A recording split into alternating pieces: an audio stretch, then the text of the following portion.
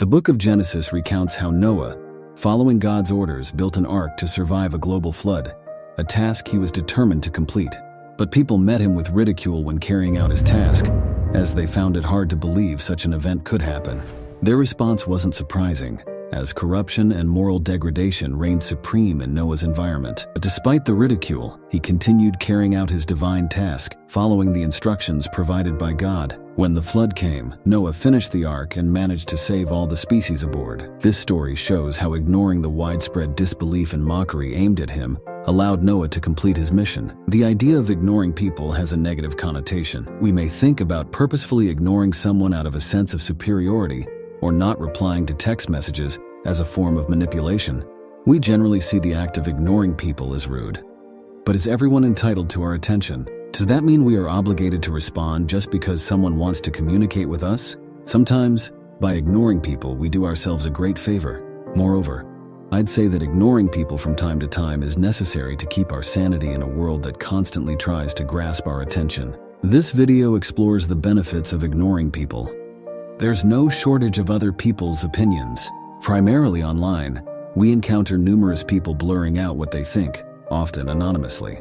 We could easily let these opinions, which usually vary greatly, influence our thinking and decision-making, which isn't always bad. However, the more we adopt other people's opinions, the less autonomous we become in our own thinking. The American philosopher Ralph Waldo Emerson criticized people's tendency to rely on outside influences in their choices. He wrote an essay titled Self-Reliance, emphasizing people's inner guiding light as the best compass for making decisions. He believed in trusting one's own thoughts and convictions over societal expectations or external advice. He argued that true fulfillment and wisdom stem from embracing one's individuality and inner voice.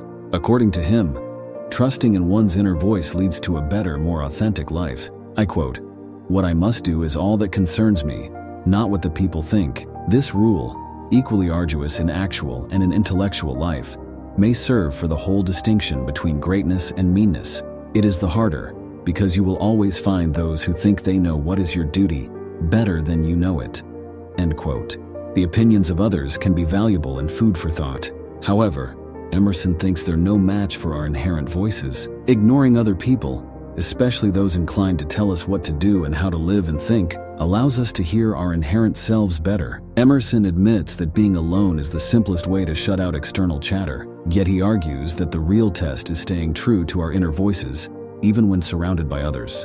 We can't deny that technological advancements have made our lives easier in many areas. When it comes to communication, people worldwide can now reach us in various ways, from old-fashioned letters and phone calls to the eloquence of messenger apps and video calls. If we have an online presence on various social media platforms, we become even more receptive to people contacting us and socializing. Whereas our interactions were once confined to those physically around us, the digital age has brought the whole world to our doorstep, and it's knocking. The smartphone has become an extension of the human body and is a source of unending stimuli. The use of social networks is strongly correlated with the development of anxiety and other psychological problems such as depression, insomnia, stress, decreased subjective happiness, and a sense of mental deprivation. Although this study focuses on mental disorders, it shows how exposure to and immersion in social media can be detrimental to our mental health. We're affected by insults and negative opinions because we care about what people think of us. This concern with the opinions of others, our estimation in their eyes, and our reputation seems to be both natural and learned behavior. Attention is a valuable commodity these days. Companies want our attention to promote their products, people on social media want our attention to boost their popularity, and television channels want it for advertisement revenue. The more we give away our attention to others, the less of it we can spend on things that truly matter to us. What about our dreams and ambitions? What about our creative pursuits? These things require dedication. They need us to isolate ourselves from people, at least for a while, so that we can give them our undivided attention. But I'm not the only one who harnessed the power of ignoring people to boost one's creative pursuits. History is filled with individuals like J.K. Rowling, who secluded herself in cafes to write the Harry Potter series, and Nikola Tesla, who worked in isolation to invent and discover groundbreaking technologies.